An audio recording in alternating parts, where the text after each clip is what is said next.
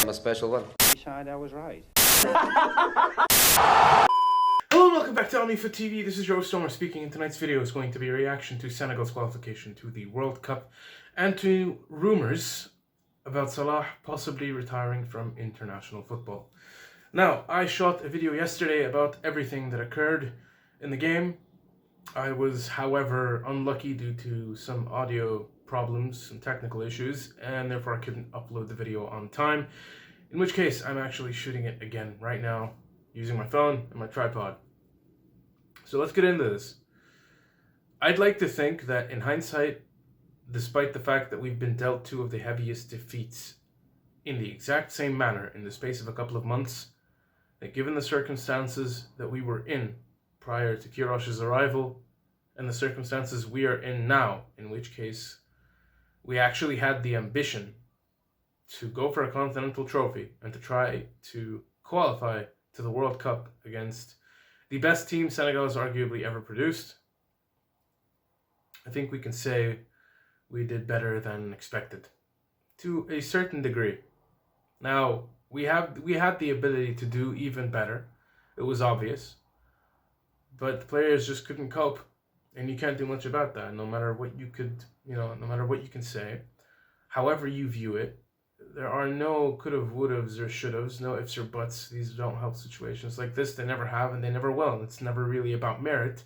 It's more so about who takes the chances they can when they receive them. And that has always proven, it's always paid dividends, especially in football. That's how the game works. I'm going to go on to say that I wasn't necessarily, I hadn't processed the fact that we had reached the playoffs of the World Cup qualifiers. I didn't feel the, the excitement, the goosebumps, the urge to, the curiosity in and of itself, that comes before such a big game. I hadn't really comprehended that yet. I really couldn't believe that we had reached such a stage. Everyone had so many doubts before we were even, before we had even gotten this far. Nobody thought we'd ever get this far. No one thought we'd do anything in the competitions that we've been in the past couple of years, especially the last two in particular, 2 to 3, given the fact that we had a bum of manager who, canceled training camps. We didn't play friendlies. We didn't do anything. There was no structure behind the Egyptian national team's actions. There was no vision, no leadership, no guidance, no system in regards to the youth. Nothing. There was absolutely nothing, and everyone felt disconnected from the national team. When Queiroz took over, that changed. And as much as people would like to slate him and criticize him in an extremely harsh way, some of the criticism is obviously correct. You can't necessarily have a manager who's perfect in every aspect. So you're obviously going to find something wrong with the way he approaches things. But for as far as I can remember, ever since the World Cup of 2018, we haven't really felt like we had anything to gain from watching the national team. We never had the hope. We didn't have the room. We didn't have any room to feel frustrated. People felt nothing. Ever since we were knocked out of the World Cup of 2018, we didn't even care much about the 2019 AFCON, despite the fact that it was on home soil, and we did horrible. And then we hired an Egyptian manager who produced some of the worst performances in, the national team's history. We couldn't even beat Kenya, all due respect to Kenya. And now look at us. The structure of Egyptian football obviously needs to change. A lot of things need to change. But the fact that we can even go on to talk about this is progress. The Egyptian people can be extremely demanding. We can expect too much from our managers sometimes. And, I don't necessarily blame the Egyptian fans. But at the same time, I don't think anyone assumed we'd get this far.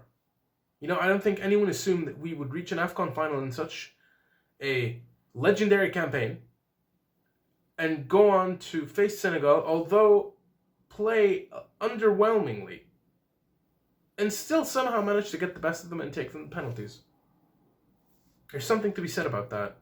And in regards to Salah possibly retiring from international football, part of me has always felt that it would be better for him to do so because, in all fairness, the fan base doesn't do him much of a favor at times when he struggles. And, you know, when you have such a player, you're always going to be extremely demanding of him. He plays at a different level when you compare the way he does with Liverpool and the way he does with the Egyptian national team. But either way, you know, I hope he can psychologically surpass both the hurdles that he has had to deal with throughout the past couple of months at the hands of the same opponents in the same exact circumstances. I mean, that's tough. It takes a very, very special player to be able to do that. And I hope he can do that and somehow still manage to represent the national team again. Either way, we're all going to have different opinions on this. We all feel that the team should have done better. We all feel that we are valid in the ways that we choose to express our frustrations.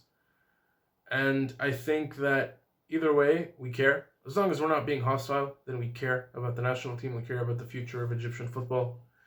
And in my humble opinion, I feel like the structure of the team, which is, you know, it's very much incomplete at the moment, despite the fact that it could have been better. But the thing is, there really is no structure beneath that, and all this has been papering over cracks that have emerged for years on end throughout the past decade, if not more. And that's all I'm going to say for now. I think that hopefully the future of Egyptian football will be a lot brighter, but it doesn't look to be so. In, you know, considering the context within which circumstances occurred last night, we just have to get past that. If we get past that, we're good. If we don't, we're going to be buried for a while. But then again, you know, football has its ways of messing with us, so we will wait and see. Thank you all for tuning into this video. If you agree or disagree with anything I've said, please let me know in the comments below. I genuinely encourage, you know, social discourse. So I'd like to hear what each and every one of you has to say. Like, comment, and subscribe to the channel. You will find the links to our social media accounts in the description below, including the link to our Facebook account for our Arabic content and the link to our Arabic YouTube channel as well. And I will see you next time the whistle blows. Cheers, everyone. Thank you for watching. Have a good night.